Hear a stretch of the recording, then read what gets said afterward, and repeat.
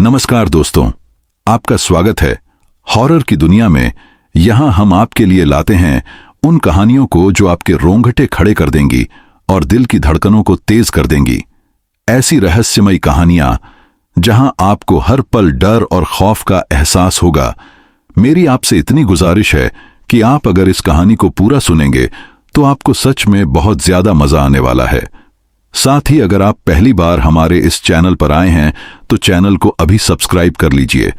ऐसा करने से हमारी और आपकी नजदीकियां बढ़ जाएंगी और आगे आने वाली वीडियो आप तक आसानी से पहुंच जाएगी। तो ज्यादा समय न लेते हुए जल्दी से अपनी कहानी को शुरू करते हैं।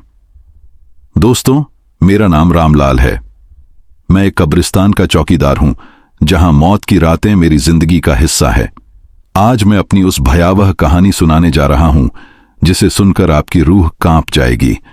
मेरी उम्र करीब 60 साल हो गई है। कब्रिस्तान में नौकरी करते हुए न जाने कितनी रातें गुजारी हैं, मगर वो रातें जब मैं मुर्दों को जगाकर खाना खिलाता था वो मुझे सबसे भारी पड़ीं। मुर्दे उठकर खाते थे और बदले में मुझे श्रापित खजाने का रास्ता बताते थे, लेकिन वो खजाना लालच का जाल था जो मुझे और मेरी जिंदगी को निगल गया। ये कहानी है उस कब्रिस्तान की जहां हर कब्र में मौत की साजिश छिपी थी और हर रात सस्पेंस और डर का साया मंडराता था। मैं रामलाल, एक कब्रिस्तान का चौकीदार जिसने अपनी जिंदगी की ज्यादातर रातें मौत की गोद में गुजारी हैं। मेरे लिए कब्रिस्तान कोई डरावनी जगह नहीं थी बल्कि मेरा घर था। लेकिन उस रात, जो अमावस्या की काली रात थी, मेरे लिए सब कुछ बदल गया। मेरा कब्रिस्तान, जो गांव के बाहर एक सुनसान पहाड़ी पर बसा था, सालों से डर और रहस्य का केंद्र था। गांव वाले इसे श्रापित कब्रिस्तान कहते थे कि यहां की मिट्टी में मुर्दों की आत्माएं भटकती हैं और जो कोई रात में यहां आता है वो या तो पागल हो जाता है या फिर कभी लौटता ही नहीं। मैं इन बातों को हंसी में उड़ा देता था। आखिर मैं तो चौकीदार था, मुर्दों का रखवाला। मुझे क्या डर। उस रात करीब 11 बजे मैं अपनी झोपड़ी से निकला। आसमान में चांद का नामो निशान नहीं था, केवल काले बादल और एक ठंडी सिहरन पैदा करने वाली हवा। कब्रिस्तान की लोहे की जंग लगी फाटक पर ताला लगाते हुए मैंने अपनी पुरानी लालटेन जलाई।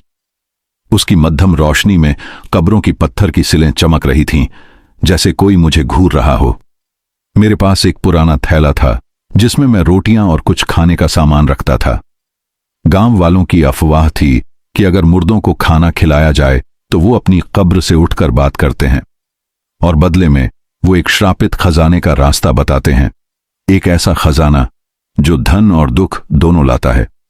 मैंने इन बातों को हमेशा बकवास समझा, लेकिन आज रात मेरे मन में एक अजीब सी बेचैनी थी।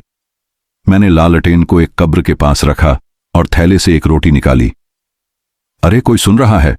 मैंने हल्के से कहा, जैसे कोई मजाक कर रहा हो। लेकिन जवाब में केवल सन्नाटा था। कब्रिस्तान में हवा की साएं साएं के अलावा कोई आवाज नहीं थी। मैंने रोटी को कब्र के पास रखा और वापस अपनी झोपड़ी की तरफ बढ़ा।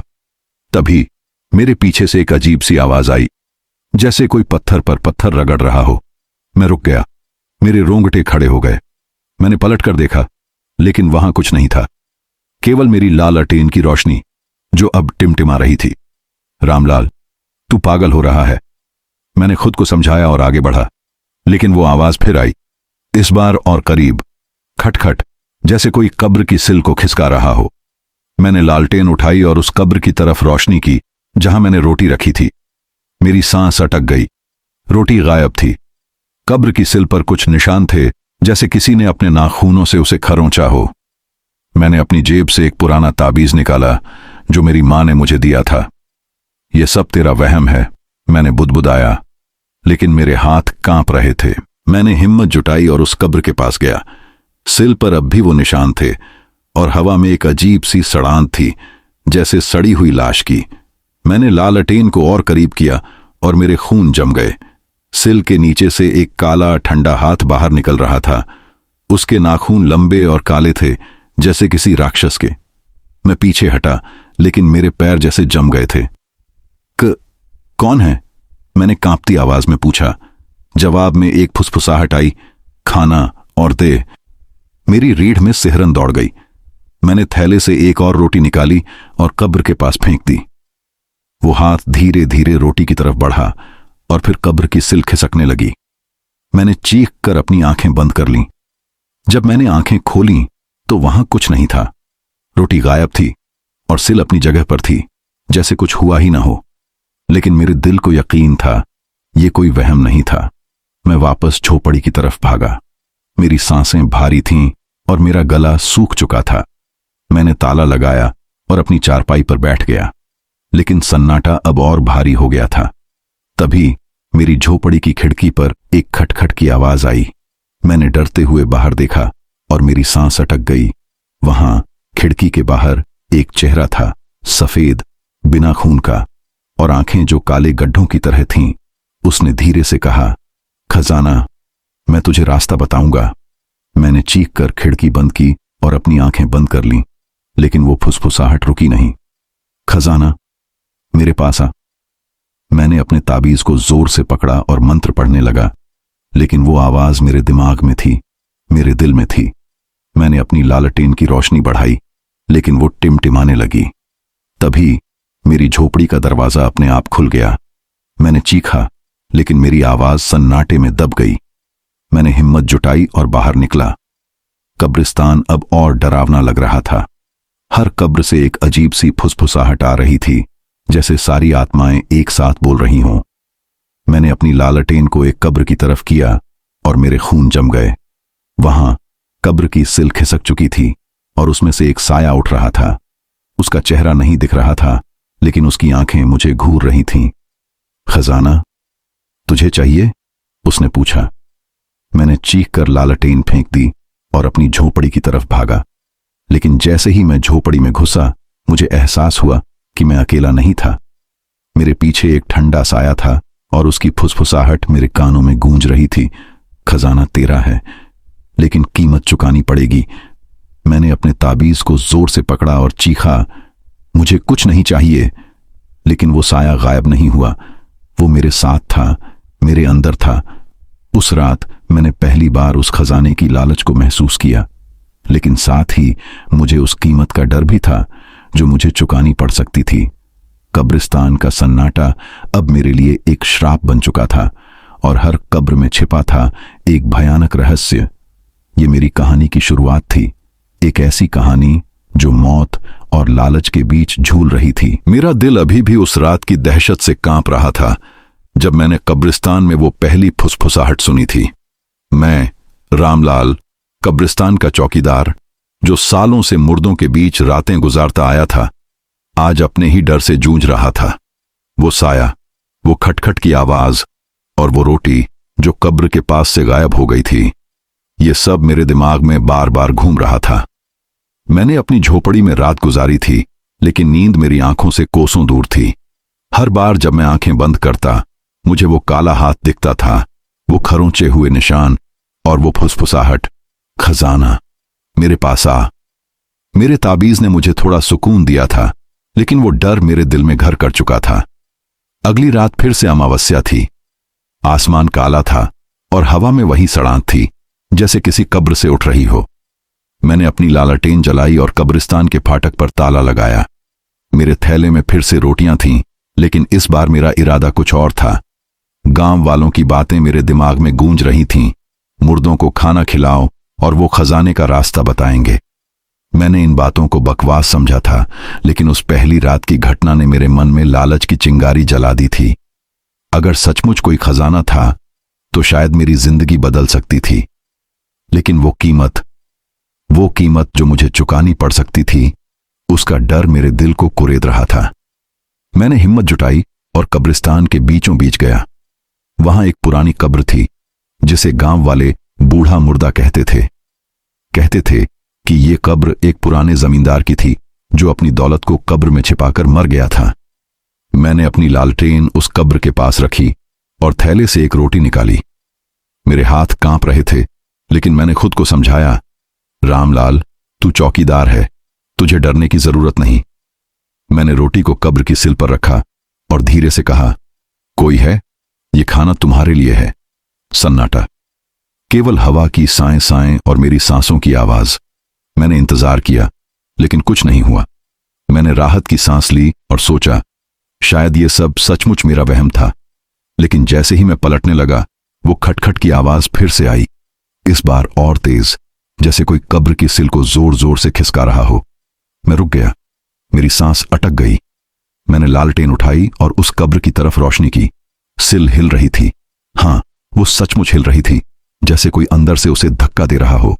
कौन है? मैंने कांपती आवाज में पूछा। जवाब में एक गहरी कर्कश आवाज आई, खाना और दे। मेरे रोंगटे खड़े हो गए। मैंने थैले से एक और रोटी निकाली और कब्र के पास फेंक दी। सिल अब और तेजी से हिलने लगी और उसमें से एक काला ठंडा हाथ बाहर निकला। वो हाथ इतना भयानक था कि मेरे पैर जम गए। उसके नाखून लंबे और काले थे, जैसे किसी राक्षस के, और उसकी त्वचा सड़ी हुई थी, जैसे सालों से कब्र में दबी हो। वो हाथ रोटी की तरफ बढ़ा और फिर सिल पूरी तरह खिसक गई। मैं चीख पड़ा और पीछे हटा। मेरी लालटेन मेरे हाथ से गिर गई और उसकी रोशनी कब्र की सिल पर पड़ी। वहां कब्र से एक साया उठ रहा था। उसका चेहरा नहीं दिख रहा था, लेकिन उसकी आंखें, दो काले गड्ढे, मुझे घूर रही थीं। उसका शरीर हड्डियों का ढांचा था, जिस पर सड़ी हुई त्वचा लटक रही थी। वो मुर्दा था, वो बूढ़ा जमींदार जो सालों पहले मर चुका था। खजाना तुझे चाहिए? उसने कर्कश आवाज में पूछा। उसकी आवाज ऐसी थी जैसे कब्र की मिट्टी बोल रही हो। मैंने अपने ताबीज को जोर से पकड़ा और चीखा, मुझे कुछ नहीं चाहिए, तू वापस जा। लेकिन वो मुर्दा हंसा, एक ऐसी हंसी जो मेरे दिमाग में चाकू की तरह चुभ गई। खजाना तेरा है, लेकिन कीमत चुकानी पड़ेगी, उसने कहा और मेरी तरफ बढ़ा। मैंने अपनी लालटेन उठाई और उसकी तरफ फेंक दी, लेकिन वो हवा में गायब हो गया। सिल फिर से अपनी जगह पर थी और रोटी गायब थी। मैं अपनी झोपड़ी की तरफ भागा। मेरी सांसें भारी थीं और मेरा दिल जोर जोर से धड़क रहा था। मैंने दरवाजा बंद किया और अपनी चारपाई पर बैठ गया, लेकिन वो फुसफुसाहट मेरे कानों में गूंज रही थी। खजाना तेरा है। मैंने अपनी आंखें बंद की, लेकिन वो मुर्दे का चेहरा मेरे सामने था। मैंने ताबीज को और जोर से पकड़ा और मंत्र पढ़ने लगा, लेकिन तभी मेरी झोपड़ी की खिड़की पर फिर से वो खटखट की आवाज आई। मैंने डरते हुए बाहर देखा। वहां खिड़की के बाहर वो मुर्दा खड़ा था। उसकी आंखें मुझे घूर रही थीं और उसके सड़े हुए होंठों पर एक मुस्कान थी। खजाना मेरे पास आ, उसने कहा। मैंने चीख कर खिड़की बंद की, लेकिन वो आवाज रुकी नहीं। वो मेरे दिमाग में थी, मेरे दिल में थी। मैंने अपनी लालटेन फिर से जलाई, लेकिन उसकी रोशनी अब टिमटिमा रही थी। तभी मेरी झोपड़ी का दरवाजा अपने आप खुल गया। मैंने चीखा और बाहर भागा। कब्रिस्तान अब और डरावना लग रहा था। हर कब्र से एक फुसफुसाहट आ रही थी, जैसे सारे मुर्दे एक साथ बोल रहे हों। मैंने उस कब्र की तरफ देखा जहां बूढ़ा जमींदार था। सिल फिर से हिल रही थी। मैंने हिम्मत जुटाई और उसकी तरफ गया। तू क्या चाहता है? मैंने चीख कर पूछा। जवाब में वो कर्कश हंसी फिर गूंजी। खजाना, तुझे रास्ता बताऊंगा, लेकिन कीमत चुकानी पड़ेगी। मैंने अपने ताबीज को और जोर से पकड़ा। क्या कीमत? मैंने पूछा। वो मुर्दा अब पूरी तरह कब्र से बाहर आ चुका था। उसने मेरी तरफ एक कागज का टुकड़ा बढ़ाया। मैंने कांपते हाथों से उसे लिया। उस पर एक नक्शा था, एक खजाने का नक्शा, लेकिन उस नक्शे पर खून के धब्बे थे, जैसे किसी ने अपनी उंगलियों से उसे लिखा हो।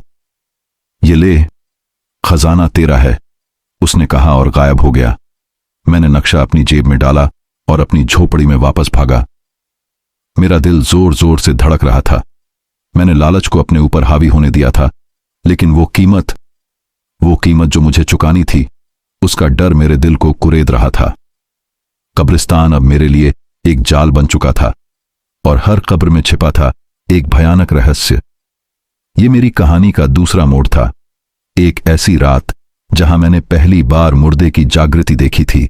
मेरा दिल अब भी उस भयानक रात की दहशत से कांप रहा था, जब मैंने बूढ़े जमींदार के मुर्दे को कब्र से उठते देखा था। मैं, रामलाल, कब्रिस्तान का चौकीदार, जो सालों से मुर्दों की दुनिया में रहता आया था, अब उस लालच की चपेट में था जिसने मेरी रातों की नींद छीन ली थी। मेरी जेब में वो खून से सना नक्शा था जो उस मुर्दे ने मुझे दिया था। उस नक्शे की हर लकीर, हर निशान मेरे दिमाग में एक सवाल बनकर उभर रहा था, क्या यह खजाना मेरी जिंदगी बदल देगा या मुझे मौत के और करीब ले जाएगा? वो फुसफुसाहट, खजाना तेरा है लेकिन कीमत चुकानी पड़ेगी, मेरे कानों में बार बार गूंज रही थी।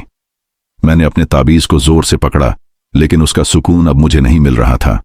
रात फिर से अमावस्या की थी। आसमान काला था और कब्रिस्तान की हवा में वही सड़ांत थी जो मुझे हर बार सिहरन देती थी। मैं अपनी झोपड़ी में बैठा था, उस नक्शे को बार बार देख रहा था।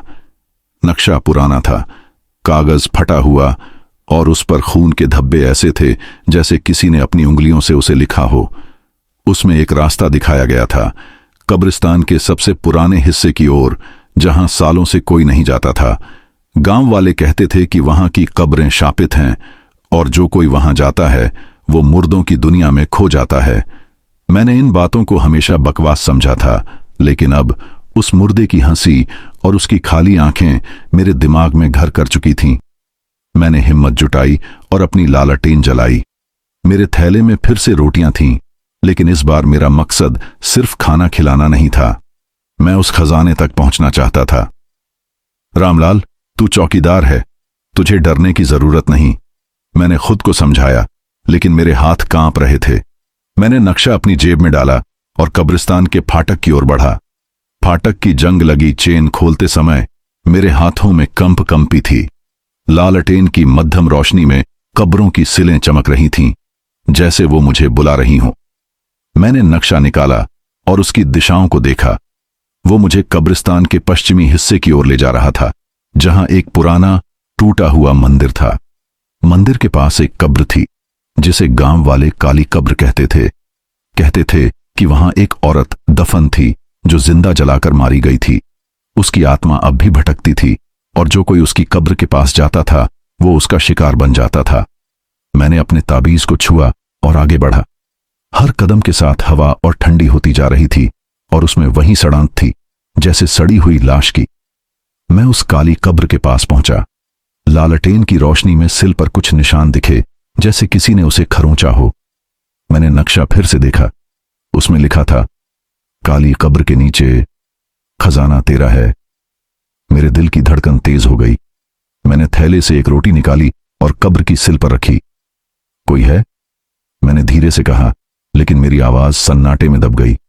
मैंने इंतजार किया, लेकिन कुछ नहीं हुआ। मैंने राहत की सांस ली, लेकिन तभी वो खटखट की आवाज फिर से आई। इस बार आवाज इतनी तेज थी कि मेरी लालटेन मेरे हाथ से गिर गई।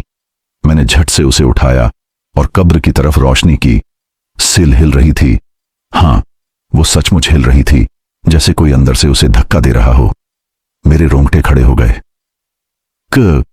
कौन है? मैंने कांपती आवाज में पूछा। जवाब में एक औरत की फुसफुसाहट आई, खाना और दे। मेरी सांस अटक गई। मैंने थैले से एक और रोटी निकाली और कब्र के पास फेंक दी। सिल अब और तेजी से हिलने लगी और उसमें से एक काला ठंडा हाथ बाहर निकला। वो हाथ इतना भयानक था कि मेरे पैर जम गए। उसके नाखून लंबे और काले थे और उसकी त्वचा सड़ी हुई थी, जैसे सालों से कब्र में दबी हो। मैं चीख पड़ा और पीछे हटा। लालटेन की रोशनी कब्र की सिल पर पड़ी और मैंने देखा वो सिल पूरी तरह खिसक गई थी। उसमें से एक साया उठ रहा था। उसका चेहरा नहीं दिख रहा था, लेकिन उसकी आंखें, दो लाल जलती हुई आंखें, मुझे घूर रही थीं। उसका शरीर हड्डियों का ढांचा था, जिस पर सड़ी हुई साड़ी लटक रही थी। वो औरत थी, वही औरत जिसे जिंदा जलाया गया था। खजाना तुझे चाहिए? उसने कर्कश आवाज में पूछा। उसकी आवाज ऐसी थी जैसे आग में जलती हुई लकड़ी की चटक। मैंने अपने ताबीज को जोर से पकड़ा और चीखा, मुझे कुछ नहीं चाहिए, तू वापस जा। लेकिन वो हंसी, एक ऐसी हंसी जो मेरे दिमाग में सुई की तरह चुभ गई। खजाना तेरा है, लेकिन कीमत चुकानी पड़ेगी, उसने कहा और मेरी तरफ बढ़ी। मैंने अपनी लालटेन उसकी तरफ फेंक दी, लेकिन वो हवा में गायब हो गई। सिल फिर से अपनी जगह पर थी और रोटी गायब थी। मैं अपनी झोपड़ी की तरफ भागा। मेरी सांसें भारी थीं और मेरा दिल जोर जोर से धड़क रहा था। मैंने दरवाजा बंद किया और अपनी चारपाई पर बैठ गया, लेकिन वो फुसफुसाहट मेरे कानों में गूंज रही थी। खजाना तेरा है। मैंने नक्शा फिर से निकाला और उसे देखा। उसमें अब एक नया निशान था, एक खून का धब्बा जो पहले नहीं था। उस धब्बे के नीचे लिखा था, काली कब्र के नीचे खोद। मैंने अपने ताबीज को छुआ और सोचा, रामलाल, तू पागल हो गया है, ये सब तेरा वहम है। लेकिन मेरे दिल को यकीन था, ये वहम नहीं था। मैंने नक्शा अपनी जेब में डाला और अपनी झोपड़ी में बैठ गया। लेकिन सन्नाटा अब और भारी हो गया था। तभी मेरी खिड़की पर फिर से वो खटखट की आवाज आई। मैंने डरते हुए बाहर देखा और मेरी सांस अटक गई। वहां खिड़की के बाहर वो औरत खड़ी थी। उसकी लाल आंखें मुझे घूर रही थीं और उसके सड़े हुए होंठों पर एक मुस्कान थी। खजाना, मेरे पास आ, उसने कहा। मैंने चीख कर खिड़की बंद की, लेकिन वो आवाज रुकी नहीं। वो मेरे दिमाग में थी, मेरे दिल में थी। मैंने अपनी लालटेन की रोशनी बढ़ाई, लेकिन वो टिमटिमाने लगी। तभी मेरी झोपड़ी का दरवाजा अपने आप खुल गया। मैंने चीखा और बाहर भागा। कब्रिस्तान अब और डरावना लग रहा था। हर कब्र से एक फुसफुसाहट आ रही थी, जैसे सारी आत्माएं एक साथ बोल रही हों। मैंने काली कब्र की तरफ देखा। सिल फिर से हिल रही थी। मैंने हिम्मत जुटाई और उसकी तरफ गया। तू क्या चाहती है? मैंने चीख कर पूछा। जवाब में वो कर्कश हंसी फिर गूंजी। खजाना, खोद, लेकिन कीमत चुकानी पड़ेगी।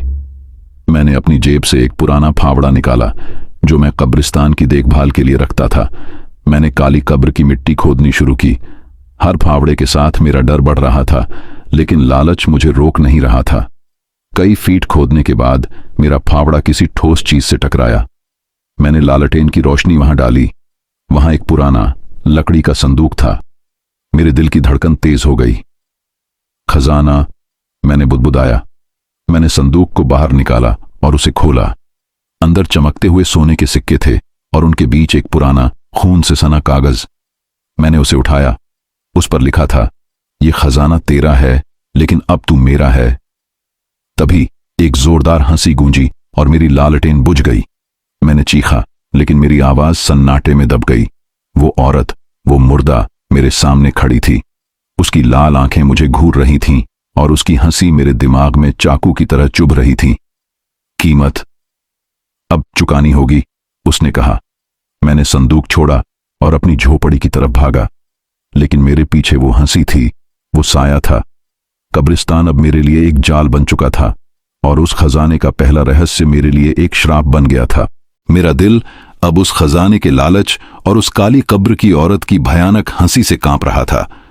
मैं, रामलाल, कब्रिस्तान का चौकीदार, जो कभी मुर्दों की दुनिया से नहीं डरा, अब हर रात अपनी ही सांसों से जूझ रहा था। उस खून से सने नक्शे और उस संदूक ने मेरे मन में एक ऐसी आग जला दी थी जो मुझे जलाए जा रही थी।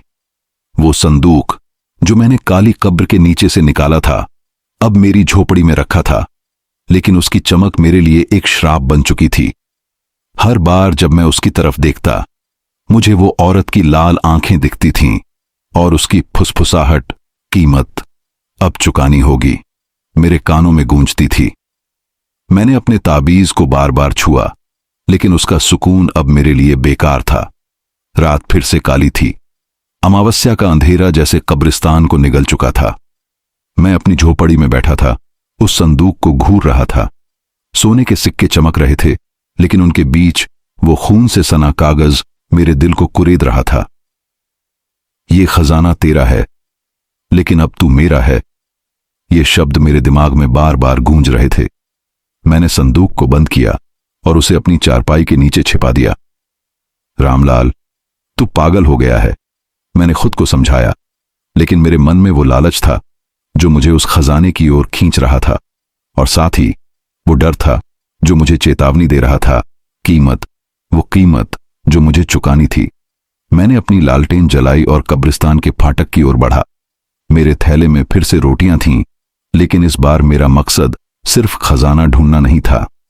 मैं जानना चाहता था कि वो औरत, वो मुर्दा मुझसे और क्या चाहती थी। फाटक की जंग लगी चेन खोलते समय मेरे हाथ कांप रहे थे। लालटेन की मध्यम रोशनी में कब्रों की सीलें चमक रही थीं, जैसे वो मुझे बुला रही हों। मैंने कब्रिस्तान के बीचों बीच जाकर अपनी लालटेन रखी और एक रोटी निकाली। कोई सुन रहा है? मैंने धीरे से कहा, लेकिन मेरी आवाज सन्नाटे में दब गई। तभी हवा में एक अजीब सी सरसराहट हुई। ये कोई सामान्य हवा नहीं थी, इसमें वो सड़ांध थी, जैसे सड़ी हुई लाश की। मैंने अपनी लालटेन उठाई और चारों तरफ रोशनी की, लेकिन कुछ नहीं दिखा, केवल कब्रों की सिलें और वो सन्नाटा जो अब मेरे लिए एक जाल बन चुका था। मैंने रोटी को काली कब्र की सिल पर रखा और इंतजार करने लगा। तभी वो खटखट की आवाज फिर से आई। इस बार वो एक कब्र से नहीं बल्कि कई कब्रों से आ रही थी। मेरे रोंगटे खड़े हो गए। मैंने लालटेन की रोशनी चारों तरफ घुमाई और मेरी सांस अटक गई। कई कब्रों की सिलें हिल रही थीं, जैसे कोई अंदर से उन्हें धक्का दे रहा हो। कौन है? मैंने कांपती आवाज में पूछा। जवाब में एक साथ कई फुसफुसाहटें गूंजी। खाना और दे, खजाना तेरा है, कीमत चुकानी होगी। ये आवाजें इतनी भयानक थीं कि मेरे पैर जम गए। मैंने थैले से कई रोटियां निकाली और उन्हें कब्रों के पास फेंक दिया, लेकिन इस बार रोटियां गायब नहीं हुईं। इसके बजाय हर कब्र से एक साया उठने लगा। उनके चेहरे नहीं दिख रहे थे, लेकिन उनकी आंखें काले गड्ढों की तरह मुझे घूर रही थीं। उनके शरीर हड्डियों के ढांचे थे, जिन पर सड़ी हुई त्वचा लटक रही थी। वो मुर्दे थे, कब्रिस्तान के सारे मुर्दे जो मेरे खाने की वजह से जाग चुके थे। मैं चीख पड़ा और पीछे हटा। मेरी लालटेन मेरे हाथ से गिर गई और उसकी रोशनी कब्रों पर पड़ी। हर साए की आंखें मुझे घूर रही थीं और उनकी फुसफुसाहट अब एक भयानक गीत की तरह थी। खजाना तेरा है, लेकिन कीमत। मैंने अपने ताबीज को जोर से पकड़ा और चीखा, मुझे कुछ नहीं चाहिए, तुम सब वापस जाओ। लेकिन उनकी हंसी मेरे दिमाग में चाकू की तरह चुभ रही थी। कीमत चुकानी होगी, उन्होंने एक साथ कहा और मेरी तरफ बढ़े। मैं अपनी झोपड़ी की तरफ भागा, लेकिन मेरे पीछे वो साए थे। उनकी फुसफुसाहट मेरे कानों में गूंज रही थी और उनकी सड़ांत मेरे नाक में भर रही थी। मैंने झोपड़ी का दरवाजा बंद किया और अपनी चारपाई पर बैठ गया, लेकिन वो फुसफुसाहट रुकी नहीं। वो अब मेरी झोपड़ी के बाहर थीं, मेरे चारों तरफ थीं।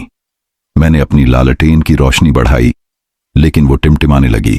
तभी मेरी खिड़की पर फिर से वो खटखट की आवाज आई। मैंने डरते हुए बाहर देखा। वहां खिड़की के बाहर वो औरत थी, वही काली कब्र की औरत। उसकी लाल आंखें मुझे घूर रही थीं और उसके सड़े हुए होंठों पर एक मुस्कान थी। खजाना तेरा है, लेकिन अब तू मेरा है, उसने कहा। मैंने चीख कर खिड़की बंद की, लेकिन वो आवाज रुकी नहीं। वो मेरे दिमाग में थी, मेरे दिल में थी। मैंने अपनी चारपाई के नीचे से संदूक निकाला और उसे खोला। सोने के सिक्के चमक रहे थे, लेकिन उनके बीच वो खून से सना कागज अब और डरावना लग रहा था। मैंने कागज को फिर से पढ़ा।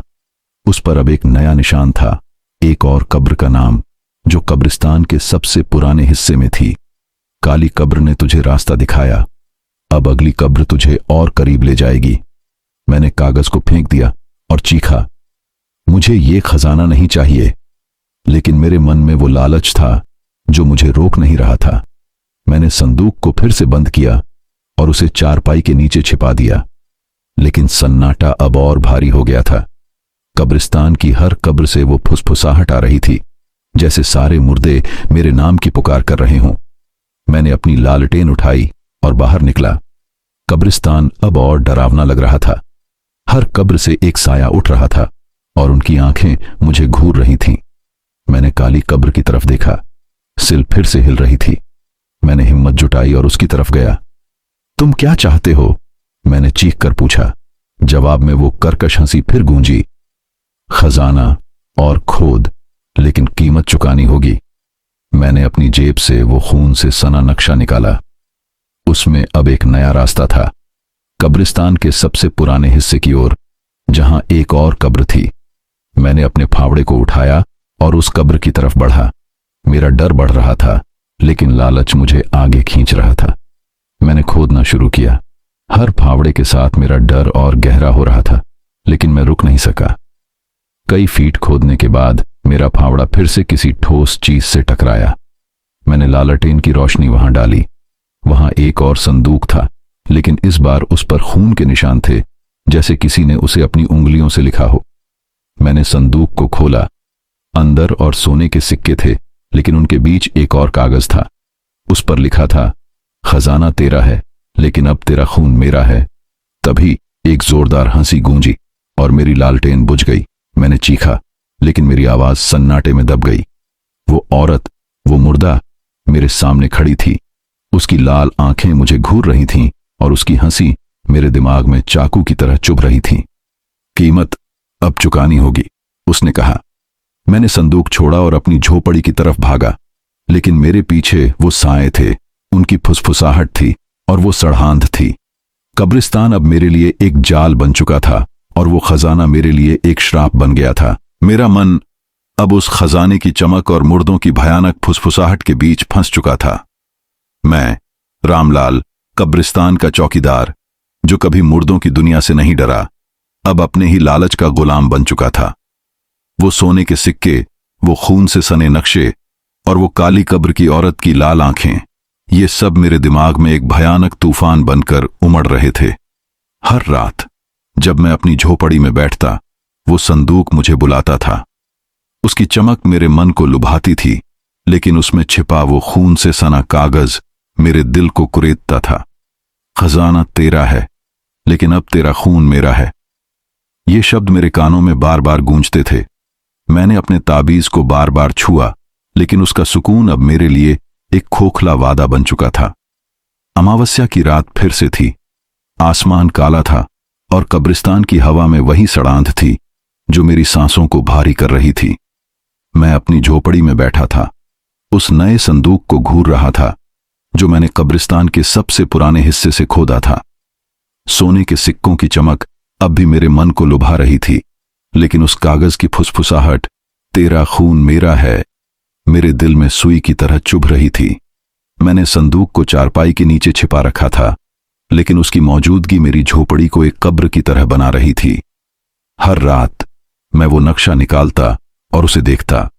उसमें अब एक नया निशान था, कब्रिस्तान के उत्तरी छोर की ओर, जहां एक और कब्र थी जिसे गांव वाले शापित साधु की कब्र कहते थे।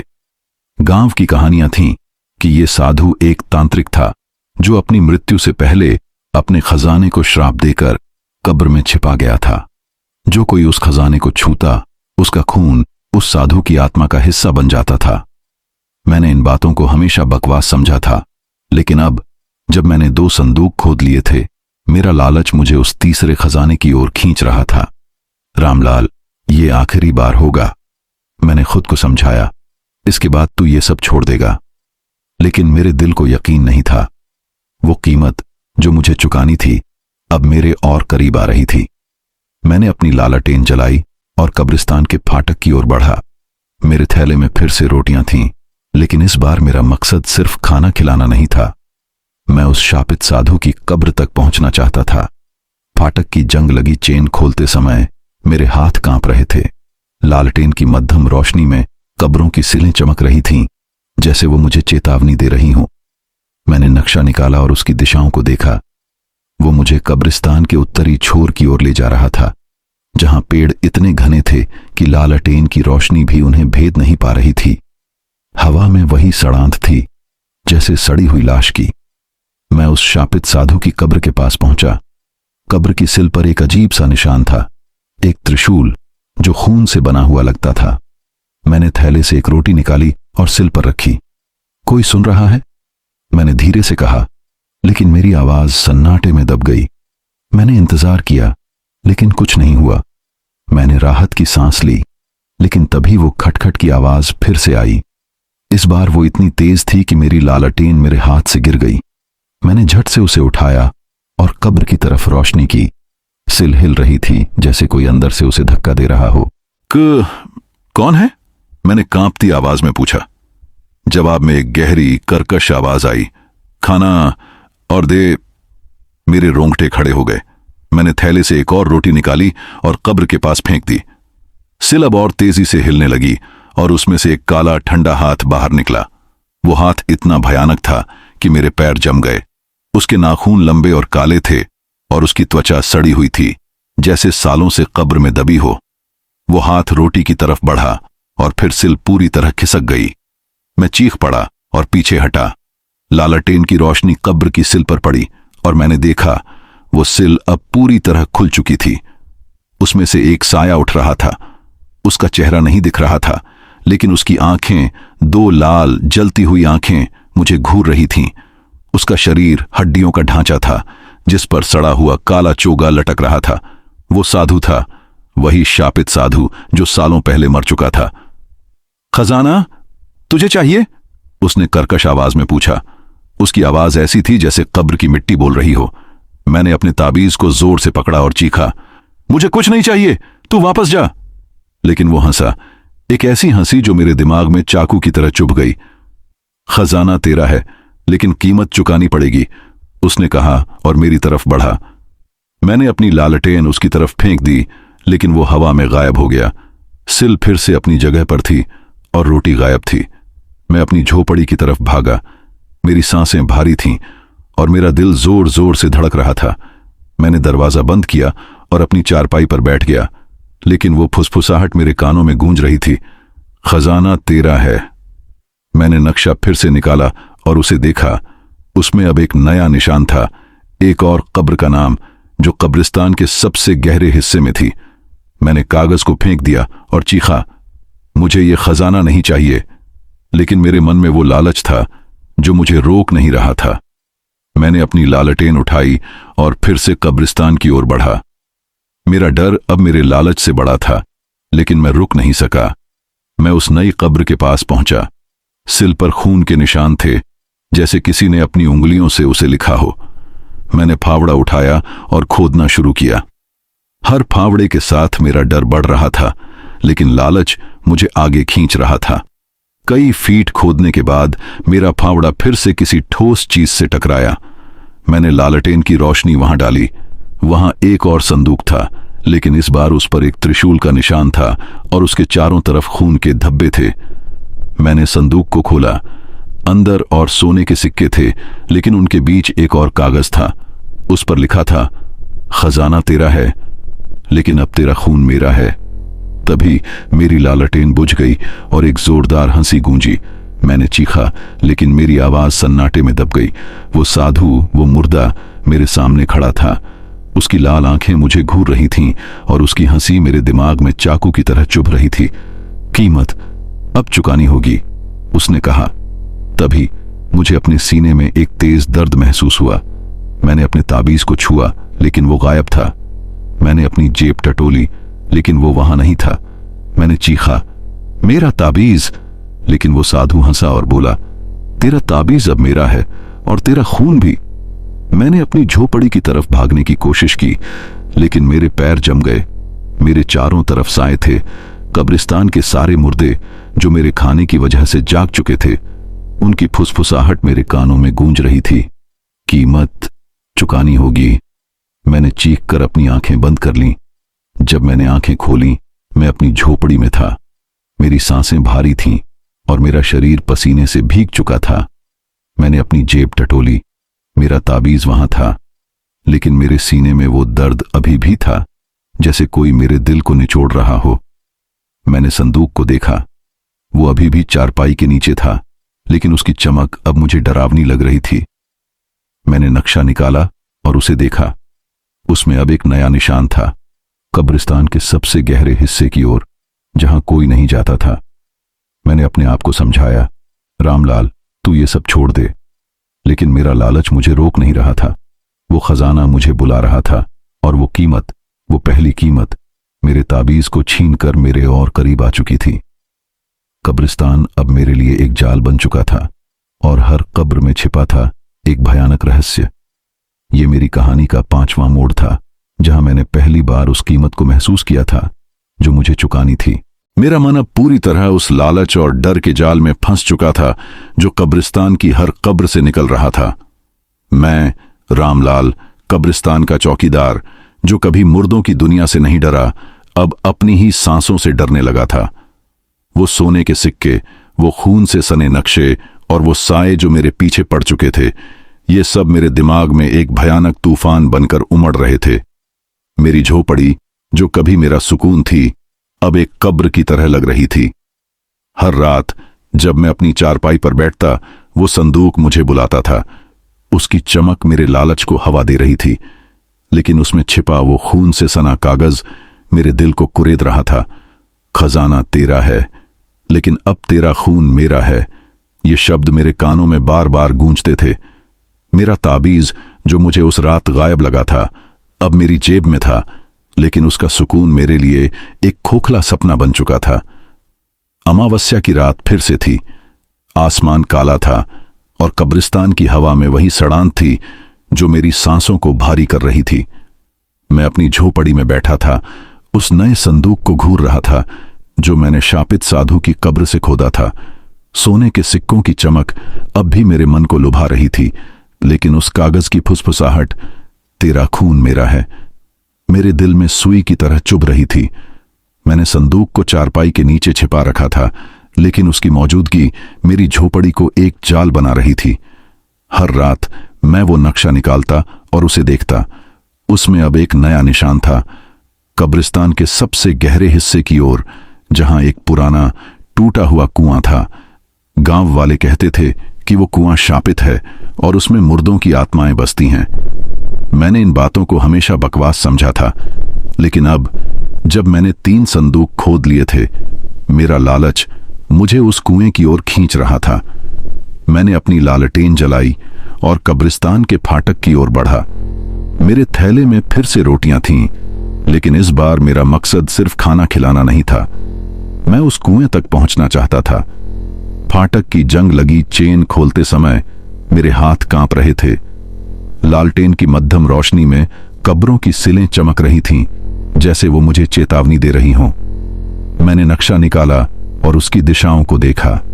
वो मुझे कब्रिस्तान के सबसे गहरे हिस्से की ओर ले जा रहा था, जहां पेड़ इतने घने थे कि लालटेन की रोशनी भी उन्हें भेद नहीं पा रही थी। हवा में वही सड़ांध थी, जैसे सड़ी हुई लाश की। मैं उस पुराने कुएं के पास पहुंचा। कुआं गहरा था और उसका मुंह पत्थरों से ढका हुआ था। पत्थरों पर खून के निशान थे, जैसे किसी ने अपनी उंगलियों से उन्हें लिखा हो। मैंने थैले से एक रोटी निकाली और कुएं के किनारे रखी। कोई सुन रहा है? मैंने धीरे से कहा, लेकिन मेरी आवाज सन्नाटे में दब गई। मैंने इंतजार किया, लेकिन कुछ नहीं हुआ। मैंने राहत की सांस ली, लेकिन तभी वो खटखट की आवाज फिर से आई। इस बार वो कुएं के अंदर से आ रही थी, जैसे कोई पत्थरों को खिसका रहा हो। मेरे रोंगटे खड़े हो गए। मैंने लालटेन की रोशनी कुएं की ओर की और मेरी सांस अटक गई। कुएं के मुंह पर रखा पत्थर हिल रहा था, जैसे कोई अंदर से उसे धक्का दे रहा हो। कौन है? मैंने कांपती आवाज में पूछा। जवाब में एक गहरी कर्कश आवाज आई, खाना और दे। मेरे रोंगटे खड़े हो गए। मैंने थैले से एक और रोटी निकाली और कुएं के किनारे फेंक दी। पत्थर अब और तेजी से हिलने लगा और उसमें से एक काला ठंडा हाथ बाहर निकला। वो हाथ इतना भयानक था कि मेरे पैर जम गए। उसके नाखून लंबे और काले थे और उसकी त्वचा सड़ी हुई थी, जैसे सालों से कब्र में दबी हो। वो हाथ रोटी की तरफ बढ़ा और फिर पत्थर पूरी तरह खिसक गया। मैं चीख पड़ा और पीछे हटा। लालटेन की रोशनी कुएं के मुंह पर पड़ी और मैंने देखा कुएं से एक साया उठ रहा था। उसका चेहरा नहीं दिख रहा था, लेकिन उसकी आंखें, 2 लाल जलती हुई आंखें मुझे घूर रही थीं। उसका शरीर हड्डियों का ढांचा था, जिस पर सड़ा हुआ कपड़ा लटक रहा था। वो कोई साधारण मुर्दा नहीं था। वो एक ऐसी आत्मा थी जो कब्रिस्तान का सबसे गहरा रहस्य रखती थी। खजाना तुझे चाहिए? उसने कर्कश आवाज में पूछा।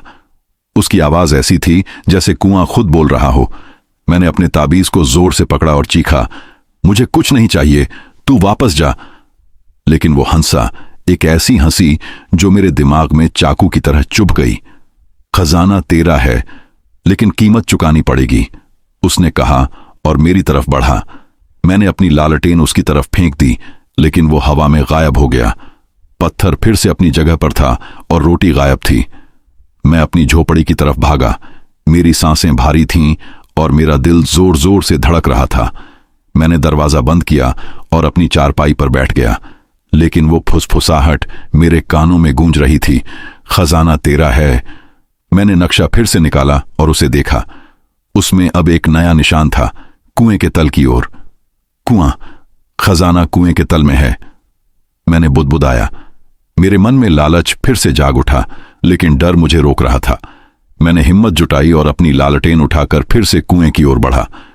मेरा डर अब मेरे लालच से बड़ा था, लेकिन मैं रुक नहीं सका। मैं कुएं के पास पहुंचा और उसमें झांका। अंधेरा इतना गहरा था कि लालटेन की रोशनी भी उसे भेद नहीं पा रही थी। मैंने एक रस्सी ली और उसे कुएं के किनारे बांधा। रामलाल, ये आखिरी बार है, मैंने खुद को समझाया। मैंने रस्सी पकड़ी और कुएं में उतरने लगा। हर कदम के साथ मेरा डर बढ़ रहा था और हवा में वो सड़ांध और गहरी होती जा रही थी। कुएं के तल पर पहुंचते ही मैंने लालटेन की रोशनी चारों तरफ घुमाई। वहां एक और संदूक था, लेकिन इस बार वो खून से लथपथ था। मैंने कांपते हाथों से उसे खोला। अंदर सोने के सिक्के थे, लेकिन उनके बीच एक पुराना खून से सना कागज था। उस पर लिखा था, खजाना तेरा है, लेकिन अब तू हमारा है। तभी एक जोरदार हंसी गूंजी और मेरी लालटेन बुझ गई। मैंने चीखा, लेकिन मेरी आवाज कुएं की दीवारों से टकराकर वापस आई। तभी मुझे अपने सीने में एक तेज दर्द महसूस हुआ। मैंने अपने ताबीज को छुआ, लेकिन वो फिर से गायब था। मैंने अपनी जेब टटोली, लेकिन वो वहां नहीं था। मैंने चीखा, मेरा ताबीज! लेकिन तभी कुएं की दीवारों से फुसफुसाहटें शुरू हुईं। कीमत चुकानी होगी। मैंने चारों तरफ देखा और मेरे खून जम गए। कुएं की दीवारों पर साए थे, कब्रिस्तान के सारे मुर्दे जो मेरे खाने की वजह से जाग चुके थे। उनकी लाल आंखें मुझे घूर रही थीं और उनकी हंसी मेरे दिमाग में चाकू की तरह चुभ रही थी। तूने हमारा खजाना लिया, एक आवाज गूंजी। अब तू हमारा है। मैंने चीख कर रस्सी पकड़ी और ऊपर चढ़ने की कोशिश की, लेकिन रस्सी टूट गई। मैं कुएं के तल पर गिर पड़ा। मेरे चारों तरफ साए थे, उनकी फुसफुसाहट थी और वो सड़ांत थी। तभी एक साया मेरे सामने प्रकट हुआ। वो कोई साधारण मुर्दा नहीं था, वो कब्रिस्तान का सबसे गहरा रहस्य था। उसने कहा, यह कब्रिस्तान हमारा है और तूने हमारे खजाने को छुआ, अब तेरा खून हमारा है। मैंने चीखा, मुझे माफ कर दो, लेकिन वो हंसा और बोला, माफी नहीं, कीमत चुकानी होगी।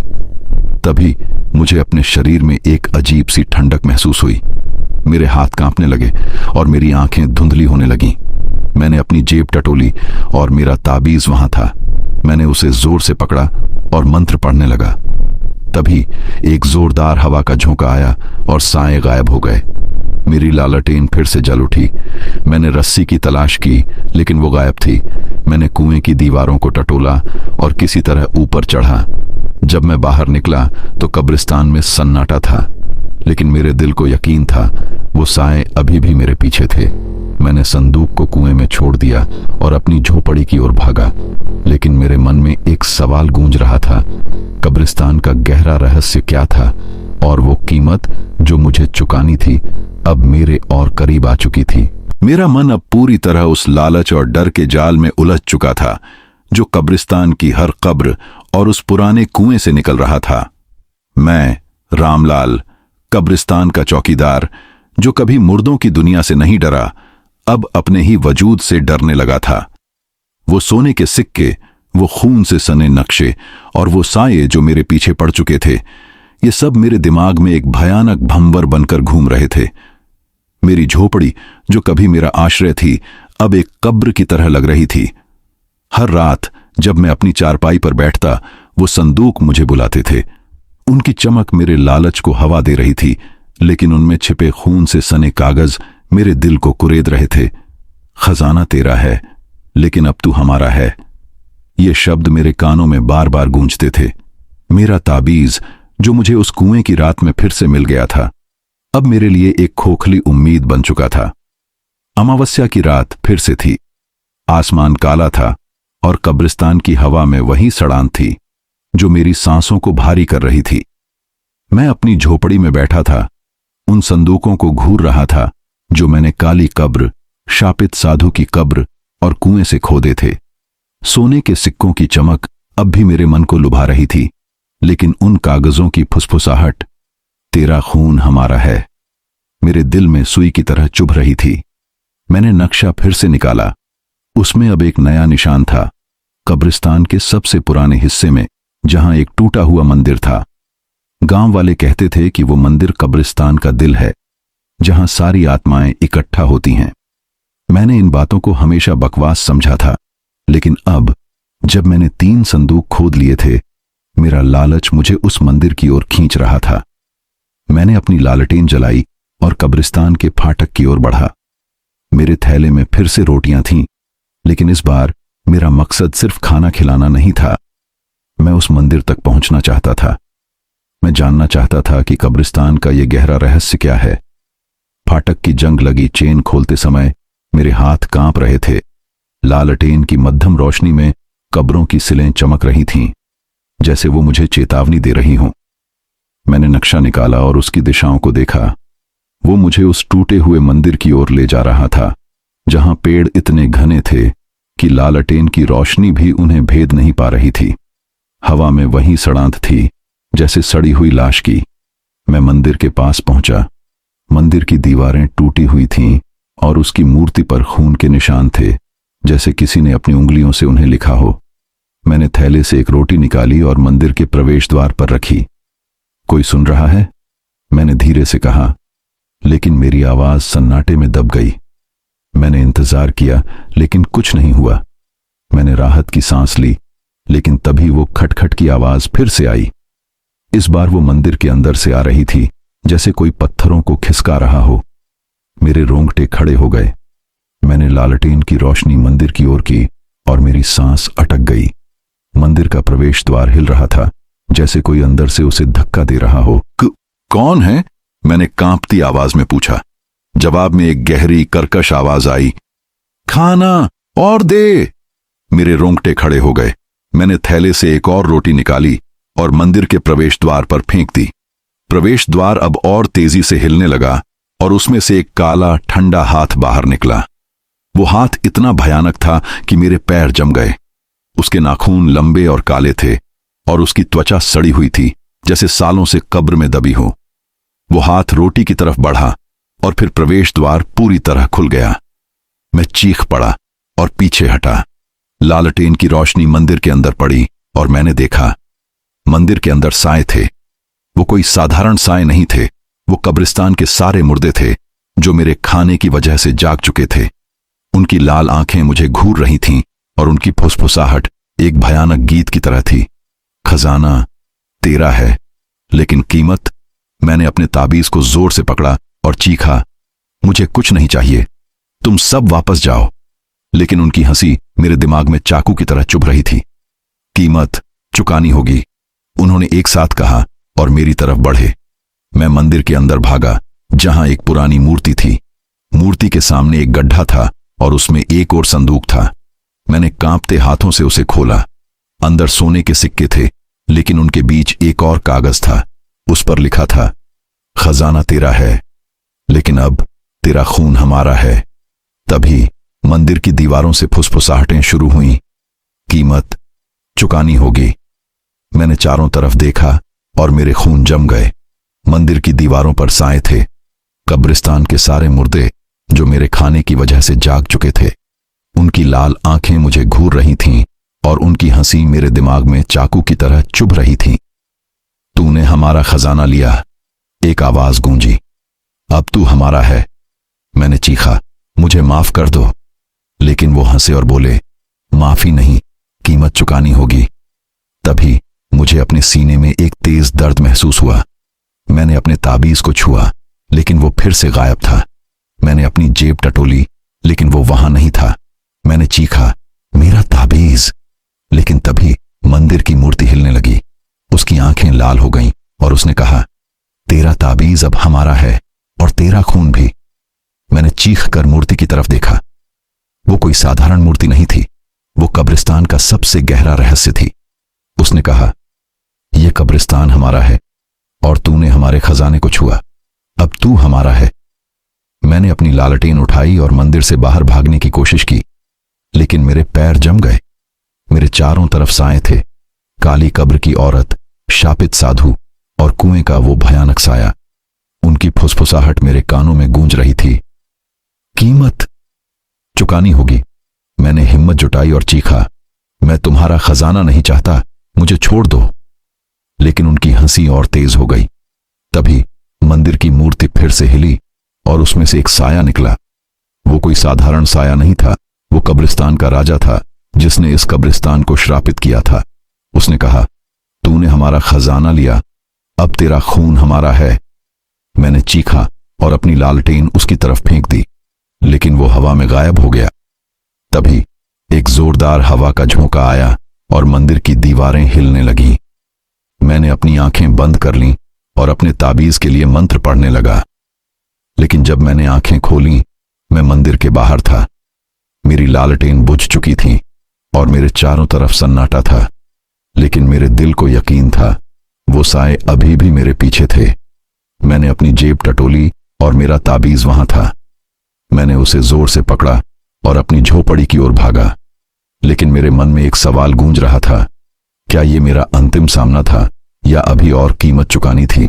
मेरा मन अब पूरी तरह उस लालच और डर के भंवर में डूब चुका था जो कब्रिस्तान की हर कब्र, हर साए और उस टूटे हुए मंदिर से निकल रहा था।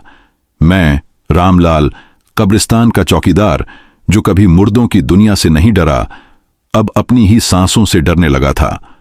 वो सोने के सिक्के, वो खून से सने नक्शे और वो साए जो मेरे पीछे पड़ चुके थे, ये सब मेरे दिमाग में एक भयानक जाल बनकर उलझ गए थे। मेरी झोपड़ी, जो कभी मेरा आश्रय थी, अब एक कब्र की तरह लग रही थी। हर रात जब मैं अपनी चारपाई पर बैठता, वो संदूक मुझे बुलाते थे। उनकी चमक मेरे लालच को हवा दे रही थी, लेकिन उनमें छिपे खून से सने कागज मेरे दिल को कुरेद रहे थे। खजाना तेरा है, लेकिन अब तू हमारा है। ये शब्द मेरे कानों में बार बार गूंजते थे। मेरा ताबीज, जो मुझे उस मंदिर की रात में फिर से मिल गया था, अब मेरे लिए एक खोखली उम्मीद बन चुका था। अमावस्या की रात फिर से थी। आसमान काला था और कब्रिस्तान की हवा में वही सड़ांत थी जो मेरी सांसों को भारी कर रही थी। मैं अपनी झोपड़ी में बैठा था, उन संदूकों को घूर रहा था जो मैंने काली कब्र, शापित साधु की कब्र, कुएं और मंदिर से खोदे थे। सोने के सिक्कों की चमक अब भी मेरे मन को लुभा रही थी, लेकिन उन कागजों की फुसफुसाहट, तेरा खून हमारा है, मेरे दिल में सुई की तरह चुभ रही थी। मैंने नक्शा फिर से निकाला। उसमें अब एक आखिरी निशान था, कब्रिस्तान के सबसे पुराने हिस्से में, जहां एक पुराना टूटा हुआ पेड़ था। गांव वाले कहते थे कि वो पेड़ शापित है और उसकी जड़ों में कब्रिस्तान का सबसे गहरा रहस्य दफन है। मैंने इन बातों को हमेशा बकवास समझा था, लेकिन अब जब मैंने 4 संदूक खोद लिए थे, मेरा लालच मुझे उस पेड़ की ओर खींच रहा था। मैंने अपनी लालटेन जलाई और कब्रिस्तान के फाटक की ओर बढ़ा। मेरे थैले में फिर से रोटियां थीं, लेकिन इस बार मेरा मकसद सिर्फ खाना खिलाना नहीं था। मैं उस पेड़ तक पहुंचना चाहता था। मैं जानना चाहता था कि कब्रिस्तान का ये आखिरी रहस्य क्या है। फाटक की जंग लगी चेन खोलते समय मेरे हाथ कांप रहे थे। लालटेन की मध्यम रोशनी में कब्रों की सिलें चमक रही थीं, जैसे वो मुझे चेतावनी दे रही हों। मैंने नक्शा निकाला और उसकी दिशाओं को देखा। वो मुझे उस टूटे हुए पेड़ की ओर ले जा रहा था, जहां पेड़ की जड़ें इतनी घनी थीं कि लालटेन की रोशनी भी उन्हें भेद नहीं पा रही थी। हवा में वही सड़ांत थी, जैसे सड़ी हुई लाश की। मैं उस पुराने पेड़ के पास पहुंचा। पेड़ की जड़ें जमीन से बाहर निकली हुई थीं और उन पर खून के निशान थे, जैसे किसी ने अपनी उंगलियों से उन्हें लिखा हो। मैंने थैले से एक रोटी निकाली और पेड़ की जड़ों के पास रखी। कोई सुन रहा है? मैंने धीरे से कहा, लेकिन मेरी आवाज सन्नाटे में दब गई। मैंने इंतजार किया, लेकिन कुछ नहीं हुआ। मैंने राहत की सांस ली, लेकिन तभी वो खटखट की आवाज फिर से आई। इस बार वो पेड़ की जड़ों से आ रही थी, जैसे कोई उन्हें खिसका रहा हो। मेरे रोंगटे खड़े हो गए। मैंने लालटेन की रोशनी पेड़ की ओर की और मेरी सांस अटक गई। जड़ें हिल रही थीं, जैसे कोई अंदर से उन्हें धक्का दे रहा हो। कौन है? मैंने कांपती आवाज में पूछा। जवाब में एक गहरी कर्कश आवाज आई, खाना और दे। मेरे रोंगटे खड़े हो गए। मैंने थैले से एक और रोटी निकाली और पेड़ की जड़ों के पास फेंक दी। जड़ें अब और तेजी से हिलने लगीं और उनमें से एक काला ठंडा हाथ बाहर निकला। वो हाथ इतना भयानक था कि मेरे पैर जम गए। उसके नाखून लंबे और काले थे और उसकी त्वचा सड़ी हुई थी, जैसे सालों से कब्र में दबी हो। वो हाथ रोटी की तरफ बढ़ा और फिर जड़ें पूरी तरह खुल गईं। मैं चीख पड़ा और पीछे हटा।